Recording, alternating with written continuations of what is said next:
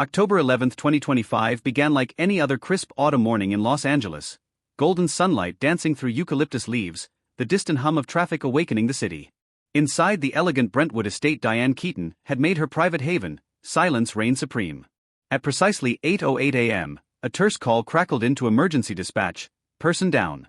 No further details. Moments later, paramedics stepped through the wrought iron gate to find a quiet foyer and a single attendant who led them to Diane's favored reading nook. There, in a room suffused with warm afternoon light, they discovered her motionless form cradled among unopened scripts and a leather-bound journal. Everything around her remained perfectly arranged. No overturned furniture, no signs of struggle, just the hush of finality. Within hours, the world learned that Diane Keaton, the Oscar-winning actress whose trademark fedora and boundless spirit inspired generations, had slipped away at the age of 79, her lifelong battle with illness finally complete. News of her passing rippled through Hollywood like a shockwave. Diane had quietly contended with basal cell and squamous cell skin cancers for decades, undergoing multiple surgeries since her early 20s. She had also spoken candidly about a long struggle with bulimia, a secret war waged against herself during the pressure cooker years of Broadway and early stardom. Yet no fan, no co-star, could have foreseen how swiftly her health would decline. Her family released a statement affirming her sudden fragility but insisted on privacy regarding the exact cause. And so the final chapter of Diane's life remained veiled in luminous mystery, like sunlight filtering through olive branches. By mid-October, Hollywood prepared to bid farewell to one of its truest originals. On October 14, beneath ancient olive trees on a windswept seaside garden, Diane's intimate funeral unfolded. No crimson carpets, no limousines, only the soft murmur of waves and a congregation of friends who knew her best. At the entrance, simple white blooms gave way to sprigs of lavender harvested from Diane's own garden, chosen by her two adopted children, Dexter and Duke, to symbolize the humility and grace she cherished above all. Bette Midler arrived first, her gray scarf concealing tear-stained cheeks as she clasped Carol Bayer Sager's hand. The two whispered recollections of laughter and stubborn authenticity. She never pretended. She was just Diane, that mischievous grin lighting up every room. A lone pianist settled at an antique Steinway and coaxed the familiar strains of the Annie Hall theme, a melody Diane once described as the laughter of my soul. No trumpets announced her entrance, only the piano's gentle chords weaving through salty air. Dexter, at 29, stood with poise and trembling voice. "Mom taught us life is a comedy," he began, eyes on the horizon, sometimes clumsy, sometimes painful, but always worth applauding. His brother Duke, 25, added a tender smile. She'd don one of her eccentric hats and stroll Reggie, her golden retriever, down these paths. She turned our home into a world of books, movies, and possibility. Have you ever wondered what it takes for someone to build a sanctuary where laughter outweighs sorrow? Share your thoughts in the comments. I'm curious to know what you think. Shortly thereafter, Woody Allen slipped in, lean and unexpectedly solemn. A cigarette hung untouched between his fingers as he approached the mic. His voice, hoarse with emotion, paid tribute not merely to Diane's performances but to her unique approach to life. She didn't act so much as inhabit every moment with self-deprecating humor only a true genius can master. Across the aisle, Francis Ford Coppola settled into a wooden chair, recalling first casting Diane as Kay Adams in The Godfather. "Her presence transformed our film," he said, eyes glistening, and reminded us creativity thrives on compassion.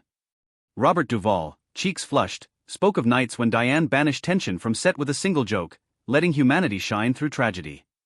Representing a younger generation, Reese Witherspoon and Goldie Hawn carried Wildflowers, Bright Daisies and Queen Anne's Lace, to honor the spirit of whimsy Diane had embraced since her Santa Ana days.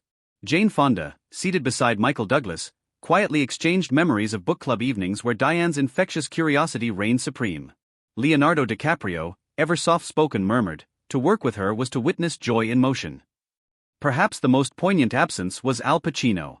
Diane's 14-year on-screen partner, her great love, could not bring himself to cross the garden gate. Friends revealed that the moment Pacino heard of her passing, he sank to the floor, clutching old photographs of sunlit film sets and handwritten letters in blue ink, scraps of eternity he had never dared to discard. In subdued anguish, he confessed to loved ones that his greatest regret was failing to accept Diane's heart-wrenching ultimatum: "Marry me, or let me go."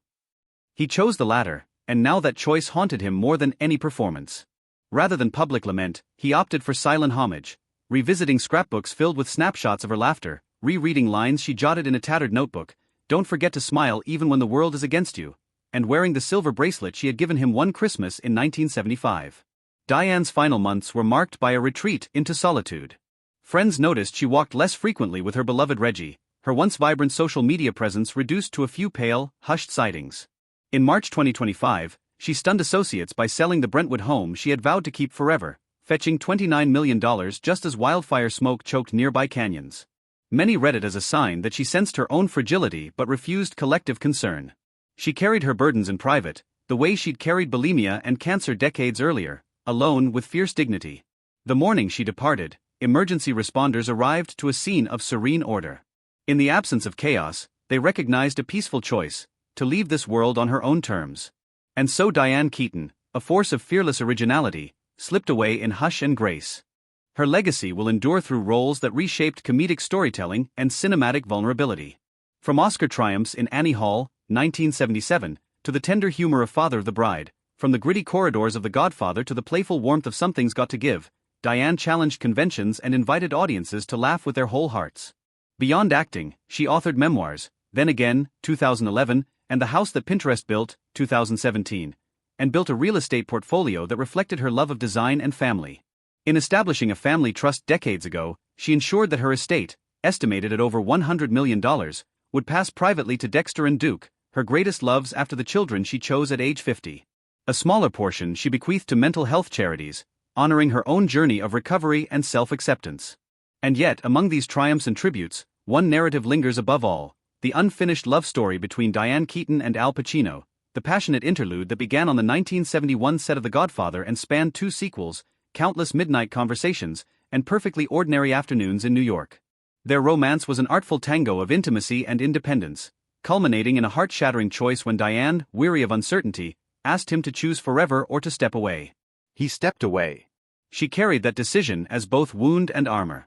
Decades later, it shaped her refusal of other proposals and her unwavering commitment to motherhood. She told The Guardian in 2019, "I don't need a man to feel complete. My children are my greatest love." Yet friends always sensed the pale glow of that first love in her stories, her laughter, her wide-brimmed hats tilted just so. When Al Pacino stood in Los Angeles in 2017 to present Diane with an AFI Lifetime Achievement Award, his voice cracked as he whispered, "I will love you forever." Today, those words echo as a bittersweet farewell, a testament that in his heart she remains indomitable, radiant, and whole, just as we remember her on screen and in life. Diane Keaton left this world at peace, holding fast to the belief that laughter is our greatest armor and love our enduring legacy. As the sun sets on her oceanfront memorial, her story continues to inspire us to live authentically, to love fiercely, and above all, to find joy in every imperfect moment.